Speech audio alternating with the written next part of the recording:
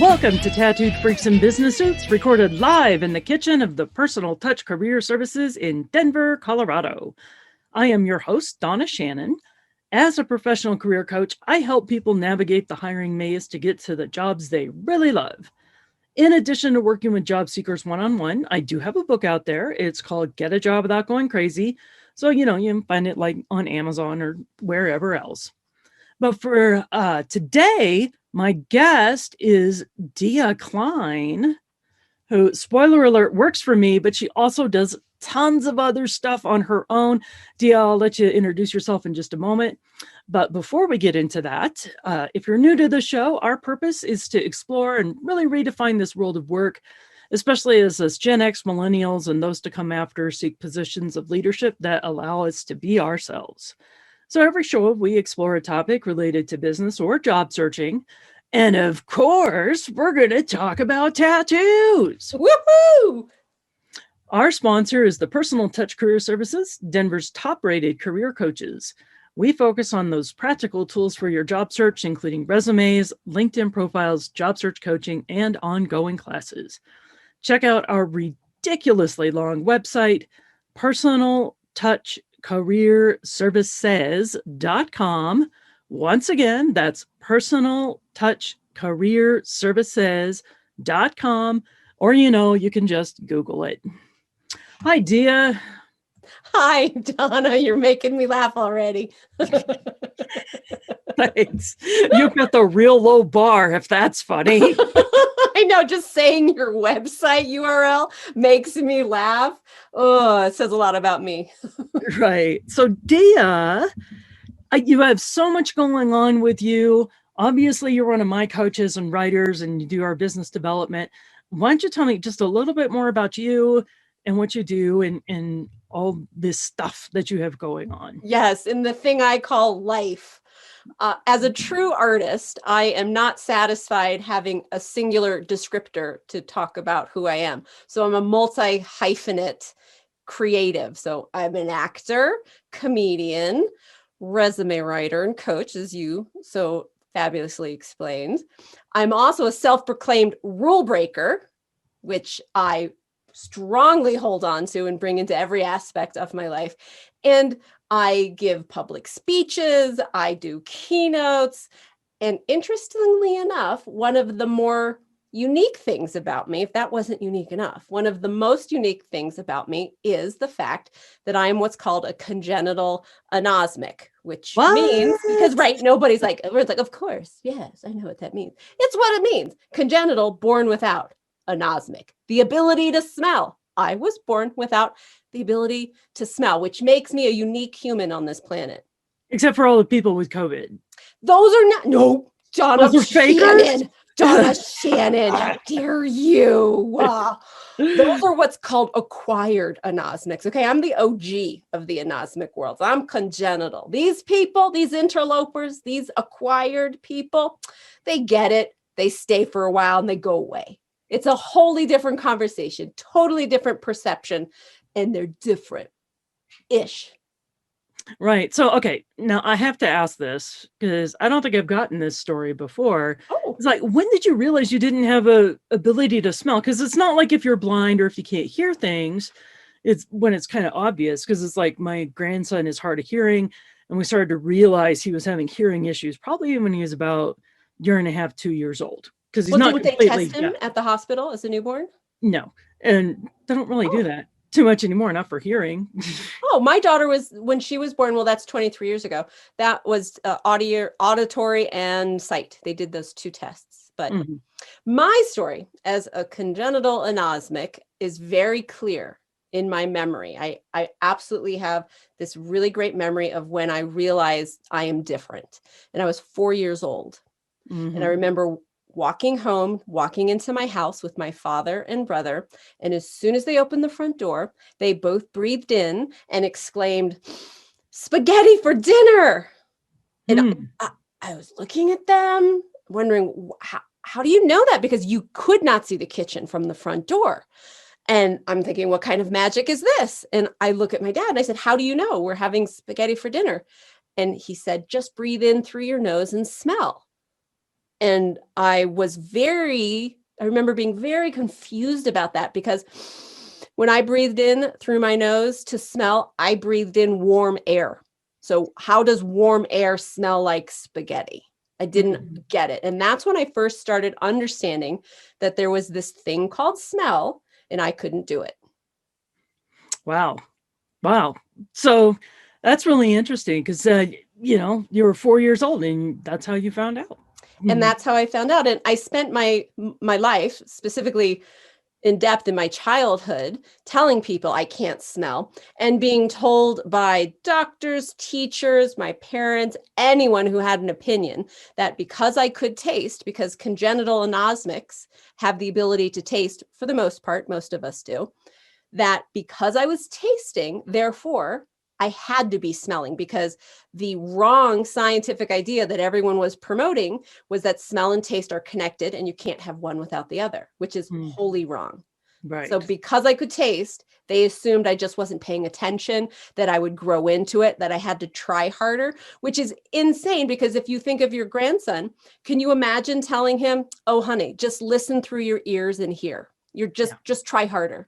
You'll grow into it. Yeah. No one would say that. That would be ridiculous. Actually, because he's hard of hearing, not completely deaf, that was part of the issues when he was younger. So he was not fully deaf. He was just. Yeah. So that he probably did pass the test at the hospital, but then when he did more advanced testing, he's got high end hearing loss. So anything above 2000 hertz. So about the sound of a whistle, he can't hear it.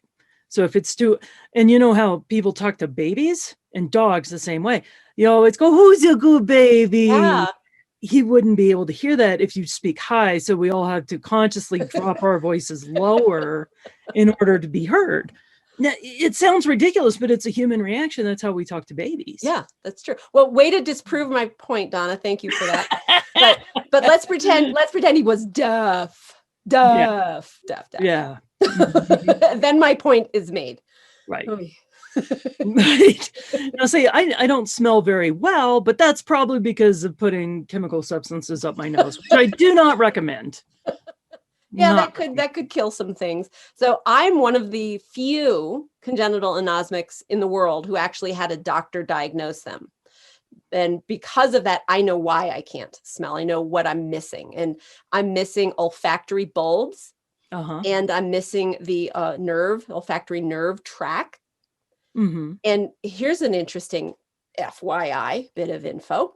When I got my MRI to get it done, the doctor in the notes puts the findings, no olfactory bulbs, no olfactory nerve tracts, puts a finding in there as an additional finding.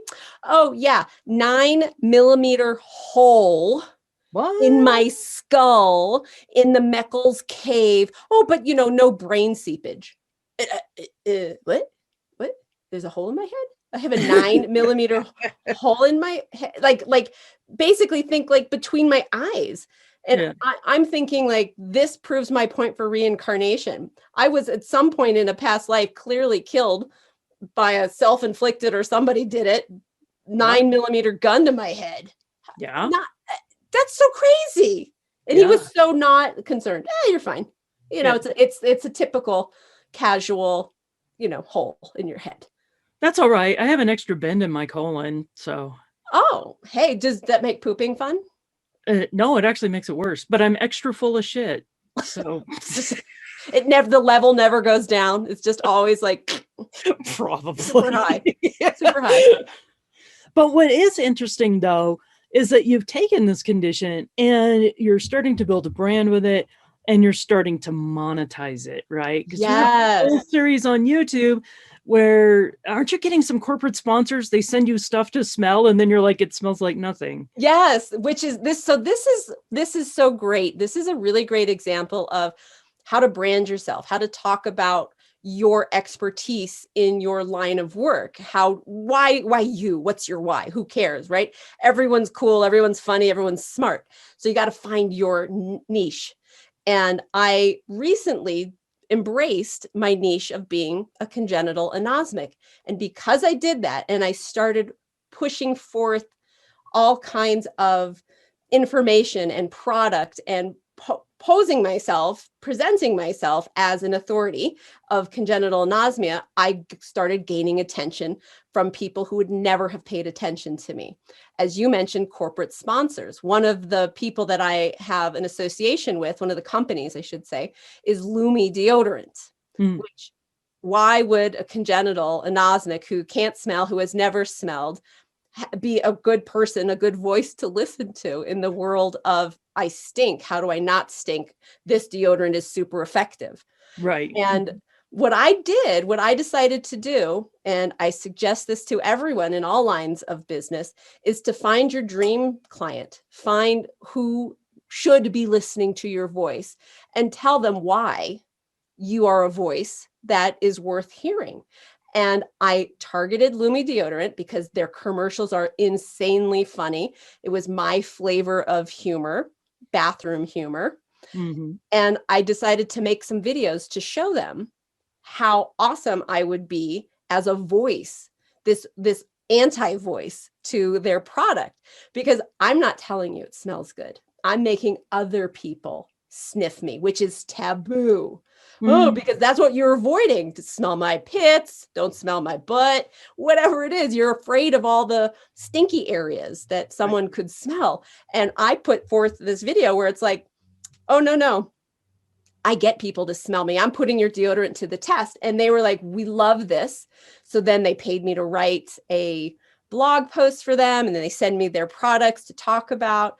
And I created that opportunity because I saw my uniqueness, which would really equate to a deficit for this particular company.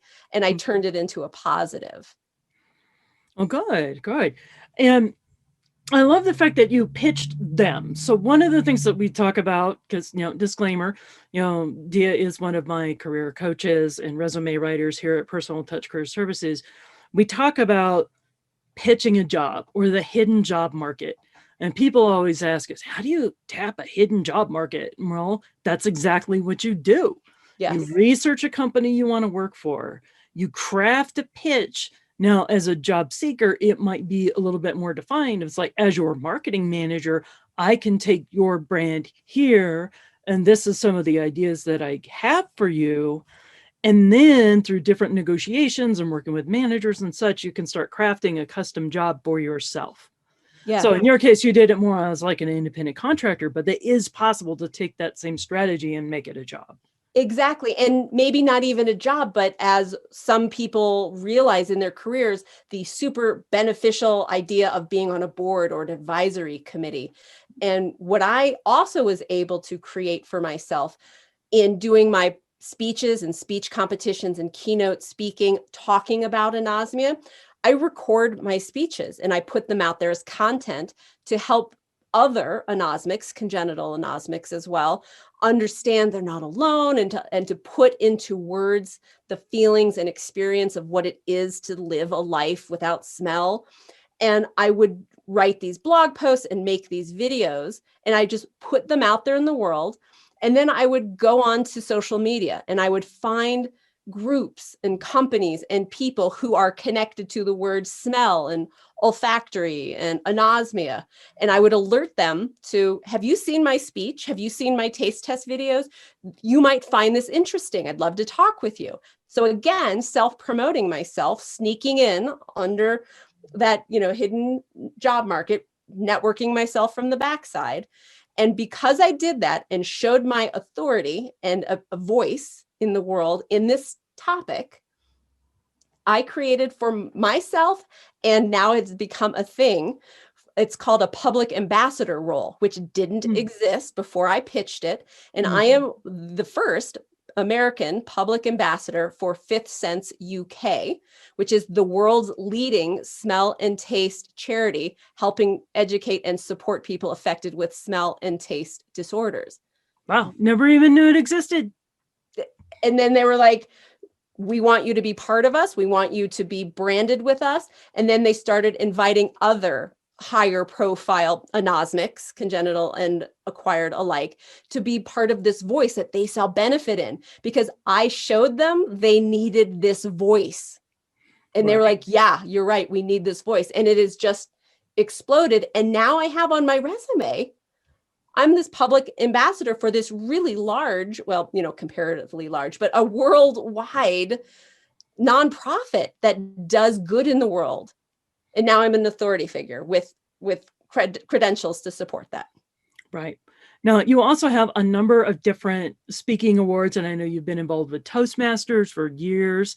So why don't you tell us a little bit more about that and just kind of like how important the public speaking is in your career and kind of carrying your message? Thank you. Yes. I've been with Toastmasters for just over 3 years. And in that time, for my own selfish reasons, because I'm a performer, and if you give me a stage, I'm going to take it, I've really dived into their world of speech competitions. And in doing that, I have to come up with things to talk about. So that's been just so beneficial on my side professionally. But what Toastmasters does for me and for anyone is so huge, to give people the opportunity to practice, to work out that public speaking muscle. Because even if you're good at it, if you don't use it, it will atrophy and you will stop being confident. Your nerves will take over. You'll be unsure how to work and move forward. And Toastmasters offers weekly meetings. You can go to more than one, like AA. Mhm. It offers weekly meetings to have a safe environment for you to practice public speaking skills. So right now, Donna, we're talking, it's a podcast. This is a different public speaking skill than if this were in person or if this were also a video. So when we have our meetings, they're on Zoom, they're a visual and audio experience.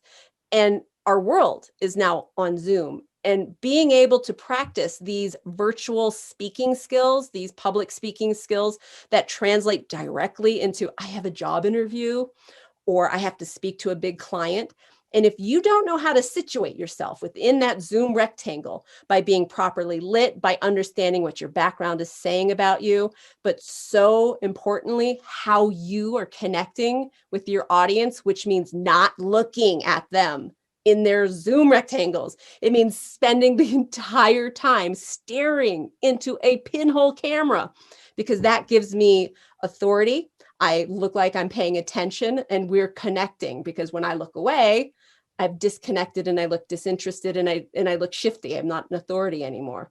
And Toastmasters gives you the opportunity to understand, to practice. So when you get that job, when you get that interview, when you land that client, you show up as a professional. And I don't know any other organization that does that for $9 a month. Right. Right. Oh, sure. Undercut our prices. I Thanks. know, right? Like, oh, sorry, Don, I gotta go. Oh, pay But me more. But it is true. I mean, I had you lead one of our interview classes for the Brown Bag Job Search Group, which is a bi-monthly job searching group that's, we're based in Denver, but we're on Zoom, so we get people from all over the country.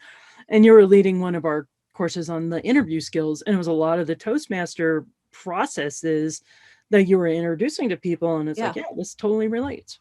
Yeah. And it's like, we're here as a professional company with personal touch to help you one-on-one long-term and for longer than 2 minutes, like you'd have in a Toastmaster meeting. We're here to really help cement that. But just because we've had an hour-long coaching session, if you don't keep doing it, it's not going to stick. And your family is going to get pretty bored pretty quick of peppering you with questions or trying to help you with your public speaking skills. And that's when I turn everyone on to Toastmasters as the supplement. Like, this is how you keep it up. This is how you improve. Yeah. Or the thing I always point out when people are trying to like run questions back and forth with their family members, your family is going to be too nice. Yeah. They're trying to be supportive, but they don't know what they're listening for. They don't know what looks good in an interview. And I have had so many coaching clients that, like, one gentleman in particular, he came in and he's like, oh, I was practicing this with my wife, and she said that I used 25 ums in 2 minutes, and now I'm super nervous. I'm like, well, yeah, because she didn't have anything else to give you other than don't say and now you're totally fixated on that, and that's why you can't stop saying it. And that just, this proves my point that I am adamant about. Okay, everyone has an opinion, obviously, right? But to listen to someone that you're asking for help on something with, to listen to someone who does not have a qualified opinion and comes at you with the ability to give you effective options and ideas for change, is not helpful. When you ask someone who is not qualified to answer the question, you're just going to get an opinion, which has nothing to do with helping you grow. It's just an opinion and it's not qualified. It's the equivalent of WebMD versus Yeah. a real doctor. Is like, Everyone has an opinion. Oh, well, it could be. Oh, yeah, well, it's this. And it's like, okay, so when was the last time you did this? When was the last time you were on stage? How many ways do you know how to give effective feedback to help someone grow? Mm-hmm. Yeah. You don't? Okay, shh. Exactly. But speaking about being on stage, this is another part of your creative careers that I think is really interesting, because you've made some waves as an actress yourself, and that includes like audiobooks and things like that. And I kind of like equate this to, we've done some comedy together, and I was speaking to another career coach who does, well, she claims that she did stand-up comedy. Well, that's shitty of me to say. She did do stand-up comedy, but when I was like talking with her, and she gets into what she did for comedy was she was doing open mics in Denver for about 5 years back in like 2000 through 2005. And she was saying she was doing really innovative stuff because, that's the time when guys would just get up and on stage and talk about their junk, and she told stories and stuff. And I'm like, okay. Like, and I go, well, these are the kind of shows that I produce. These are the shows that I've been on. And she looks at me and she goes, and you get paid for that? I'm like, hell yeah, I get paid for that. Oh my gosh. Well, perspective, I guess, everyone. Oh, Dia, you get paid for that? I get paid for that. I get paid for that. I mean, I try to get paid a lot for that, which is just practice and knowing how to negotiate your price and knowing your value, right? And sometimes it means taking a job that pays less because it's going to give you a better profile and more resume building and more authority in the avenue in which you want to live. And when you do stage stuff, or acting stuff, so much of it is undervalued. Mm-hmm. People will have money to put into the production, but not to pay any of the talent, which is ridiculous. And, you have to do that at the beginning of your career, to take a job that's just going to build your reel and help your resume and give you credentials. But I've done so many things that I thought would really build my profile up. Like, I was on the Food Network as a contestant on this super popular game show based off of this insanely popular show they had. And I'm like, oh my God, I'll get visibility. But this was way back in the early 2000s. So there was like no effect from that. And I didn't even get the prizes they give for the contestants, like consolation prizes. Right. They never even sent any of that out. So it was like just the experience, but it looks really good on my resume. Right. Where, like, on the other hand, I was on a billboard for a lingerie store with my mom and my daughter, if you can imagine that. I won't explain it further because it just sounds more interesting to say I was on a billboard with my mom and my daughter for a lingerie store. It sounds like a fetish site now. I know. It's reputable. It's for Soul Lingerie, this fantastic lingerie store in Denver. And, that's a great place to have visibility. And it's like, well, what did you get? Like a bra? And it was like, well, no, some bratwurst. Okay. So of course my brain instantly goes, well, isn't lingerie so that you can get some bratwurst? Yes, I did get me some bratwurst, some spicy bratwurst, Donna. Thank you for saying so. Yes. And then even like with audiobooks, that's a really lucrative industry to jump into. And there's no retirement from the audiobook industry. And it's home-based for the most part. It's just investment in education, investment in equipment, and investment in doing it low level till you get better enough to get higher level, till you get better enough to get an agent. And then, yes, please, I would take the $500 for the 10-second spot and the 20% residuals. Yeah. I'll do that job. Right. And never age out of it. Yeah. Thanks. Yeah.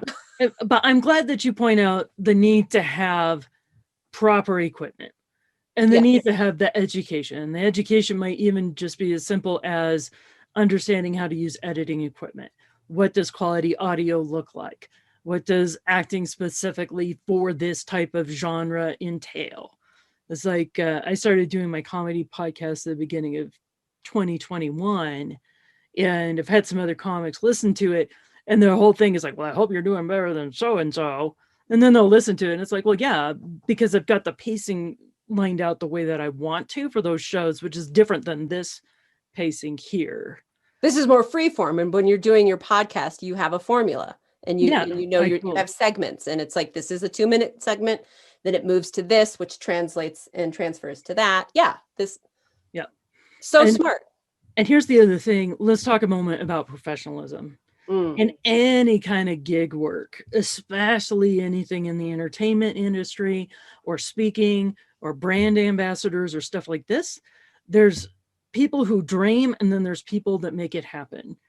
I used to do like music management, not a lot, but I mean, I studied it in school and things. And I always used to say, and I still say it, who's the best guitarist in the world? Oh, this is a question. Okay, hold on. Well, he just died. Eddie Van Halen. Not necessarily. Jimi Hendrix. No. The best guitarist in the world is sitting on his couch right now, cranking out wonderful music, but you will never know this person because they don't know how to market. They don't know how to be a team member. They don't know how to manage that professionalism side of things. And that's why we get artists and actors and all the rest of this who are not necessarily the best in their field, but they're the best to work with. Donna, you get snaps on that. Yes, that's so true. I can do that. I'm better than that. She's not that talented. Doesn't take skill to do that. No, not necessarily, but it takes energy. It takes persistence. It takes branding. It takes getting off the couch and learning the game and understanding the rules, because every game is different. Every profession has new rules that you have to understand, but always being professional in that, not being late, showing up pleasant, doing the job, thanking the people, knowing the names, coming prepared, all of that stuff. It isn't just like some ding dong showing up at someone's door. Oh man, hey, I'm here to do the thing. I don't know what you need me to do. Yeah, I'm gonna go eat first. Yeah. Just remember, Dave Mustaine got fired from Metallica. You probably don't know who these even are, but it's just like my favorite story of raging asshole in the entertainment industry. So Metallica was on tour for their first album, right? Or they're getting ready to record it. And Dave Mustaine, he is the founder, lead singer of Megadeth, but he was also a heroin addict and a real asshole. So they were on the road. They found a replacement for Dave Mustaine while they were on the road, fired him, gave him a bus ticket, and sent him back to San Francisco. Oh my God. That's a professional band. They knew what they wanted and they weren't going to stand for it. Yeah. Okay, no, I'm going to one up you on Metallica, okay? Because I like how you were all like, you're not going to know this, which is so valid and true because music ain't my thing. But here I'm going, Donna, and I'm just going to one up you forever on Metallica. I had a friend whose husband and her had a business selling vintage movie posters. Okay. So if you know anything about the members inside of Metallica, you would know that one of the guys is a massive vintage horror film collector. And I forget his name. He's Kurt Hammett, little guy. Yeah. And they have this working relationship. And 19 years ago, Metallica had this really big album that was out. It was a big hit. Everyone was so surprised at how like cross segment it went, like it was just big. And they came to Denver and Kurt needed to pick up this very expensive vintage movie poster.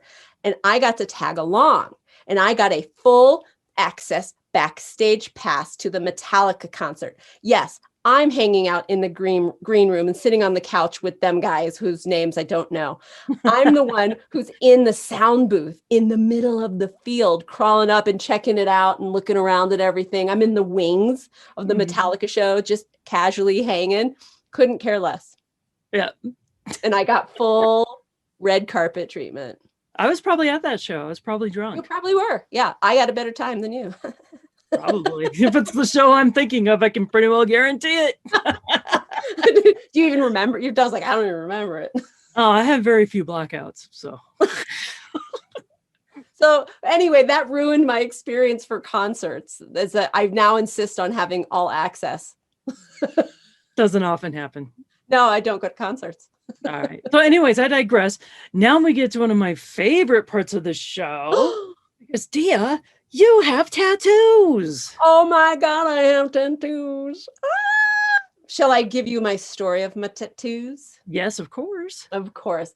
My first tattoo was at the age of 18 when I was legally able to get a tattoo in Boulder.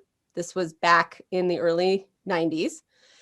And it was a tattoo I wanted all my life because I saw it on my dad's back. Not because I have a good relationship with my dad or I want anything to remind me of him, but it reminds me of the happiness of my childhood. Mm-hmm. And it's a bluebird. It's the bluebird of happiness. And I've always been in love with that tattoo. It always made me happy. And I figured that's what I wanted as my first tattoo. And there was a tattoo shop attached to, as you know, the highly popular bus stop strip joint. Oh, yeah, I was the DJ there. Yeah. Yes. And the gentleman, and I use that term loosely, the gentleman inside of the tattoo parlor, he was the typical old biker, doesn't give a shit, drinking whiskey, smoking cigarettes, greasy hands, gonna sit down and jab you with the tattoo needle. He gave me my first tattoo and I loved it. And I immediately wanted a second one and couldn't decide what that was because all I wanted was this bluebird. And I go with a friend up in Fort Collins and she wants a tattoo. And I go, yeah, go ahead and slam one on my back. So I get the kanji symbol for woman. Small, cool. Middle of back. Yes, tramp stamp area, but small, just small, like a quarter. And I go, I don't like it. I immediately don't like it. And I get married. And my then husband and I wanted to get not matching tattoos, but a tattoo experience together. Mm-hmm. And I did my research and I discovered, because I'm an art historian, I said, show me old tattoos. What are the oldest tattoos that we know? And I discovered the Siberian ice maiden, this high priestess whose mummy was found in the permafrost. They dug her up. She still had skin and she still had tattoos, multiple tattoos visible on her skin. And one of them was this magical twisted reindeer creature. And I thought, yes, because my people come from that area. And I thought, yeah, I can connect art history and culture and power of the high priestess. I'm in. So I took it and I did 2 of them around the kanji symbol, again, lower back area, because I had to do something with that kanji. And I love it. It makes me so happy to have that power of ancient female empowerment on my back. Mm-hmm. And then I was like, well, I need more. And then in my book group, I had my book group read this book by John Irving. Okay. It's called Until I Find You. I highly recommend it for people who love literature, who love narratives, who love John Irving and are into tattoos. Because this book is about this boy, this man talking about his childhood, traversing the world with his mom, who is a tattoo artist, looking for his dad. And it's all these stories about his mom giving tattoos and the histories of tattoos. It's endlessly fascinating. So I had my book group read it. And when we got together, I said, meet me at the tattoo parlor. I'm going to get a tattoo as the book group meeting. Mm-hmm. And they watched me get a back tattoo. It's quite a large tattoo. It's my daughter's name. It has another bird, and it's taking the filigree design idea that's attached to those mythic reindeer creatures. And so it's like this diagonal filigree of vines and beautiful swirls along my back. So it's very feminine. With my daughter, she's like, "Oh my God, you really got my name on your back? Oh, that's weird." I was like, "Great, that's awesome. Thank you. My God." And then here's the most interesting tattoo. I'm done. This is my last one. Here's the most interesting tattoo. My mom, when she was 9 years old in 1951, got her first and only tattoo. Mm-hmm. And she didn't do it in the back streets of Illinois or Indiana or any Midwest city. She got it at her school because she was part of the pilot program that the Lake County in Indiana decided to put forth as a way to see if we could calm the fears and come together as a community in the face of the Cold War and the fear and threat of an imminent atomic bomb being dropped. And their idea, this so smart idea that they had, was to tattoo school children with their blood type. Hey, it's not a bad idea. It's not a bad idea until you connect Nazis to it, and then till you realize that these children are being forced into being tattooed onto their ribs with inaccurate blood typing. The inaccuracy rate was not even accurate. Yeah, 10%, over 10%. This isn't just an oops, this is dead. Yeah. This is inaccurate means dead. Mm-hmm. And so her parents, my grandparents, who are Jews, we are 7 years out of the Holocaust. Mm-hmm. They decide to sign the permission slip to get their child tattooed. Everyone's aware of the concentration camps and the tattooing of the Jews. They decide to go ahead with it. And then we realize in the history of this, the doctor, Andrew Ivy, who started this pilot program, who thought it'd be a good idea to tattoo school children, he got the idea when he was sent as the representative, the big brain, to the Nuremberg trials. America sent him to sit as a witness on the Nuremberg trials.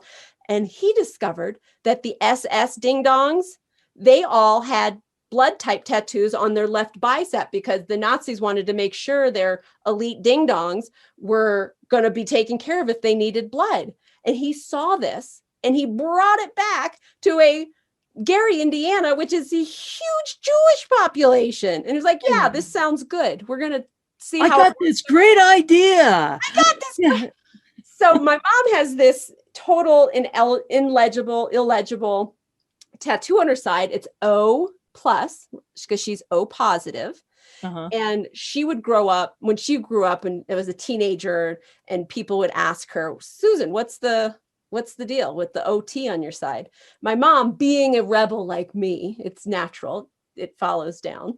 She would say, oh yeah, that's my boyfriend. You know, we were pretty serious. So I got his initials tattooed, Otto Turnbull. She wouldn't tell him the truth. It was just OT. And so my last tattoo, wrapping around, my last tattoo is my homage to my mom. Since my first tattoo was my happiness of childhood with the bluebird, my last tattoo was homage to my mom and this whole experience that I've written about and done blog articles about and podcast episodes on. I decided I wanted to get my own blood type tattoo. So mine's beautiful. It's this beautiful script. It says O neg. It's just lovely. My daughter got one and her blood type's B negative. And I'm like, I don't want that on your body. So hers says B positive. So hers is more of an homage to her late father as well as my mom. But blood type tattoos, crazy, crazy, crazy history. And I have a modern version of it, which doesn't mean I'm a Nazi. It means I am paying homage to my mom's blood type tattoo, which was put on her because of the Nazis. Right. Indirectly. Yay, Nazis. Indirectly. Yeah. Okay. All right. Well, thank you very much for your time today, Dia. Of course, you can talk to Dia Kline yourself if you want to. If you come to our ridiculously long website, that personaltouchcareerservices.com, come to the contact page, you can schedule a free 15-minute consultation with either Dia or myself. We'll look at your resume. We'll talk about like your career choices, your career path, and how we can, get you to a career that you love. Well, Dia, how else can people find you and follow you and all the rest of that? Yes, I am so easy to find, even though my website is incredibly difficult to say and spell. My name, just if you type in Dia Kline anywhere, I'm going to show up. So if you find me on YouTube, which I encourage you to find and follow and subscribe, you can see all my funny videos. If you want to interact with me on social media, go to LinkedIn. I mean, not LinkedIn, that's professional. Go to Instagram and Facebook and type in my name and connect with me there, and we can have the daily fun social media interaction. And if you want to do a professional connection, go to LinkedIn and be one of my connections on LinkedIn. Great, great. So thanks again, everybody, for tuning in. This has been Tattooed Freaks in Business Suits. My name is Donna Shannon. And as my producer always reminds me, if you like what we're doing, give us a like, give us a follow, give us a comment. If you don't like it, keep it to yourself. Don't be mean. There's enough meanness in the world already. Yeah. All right. Thanks, and we'll see you later.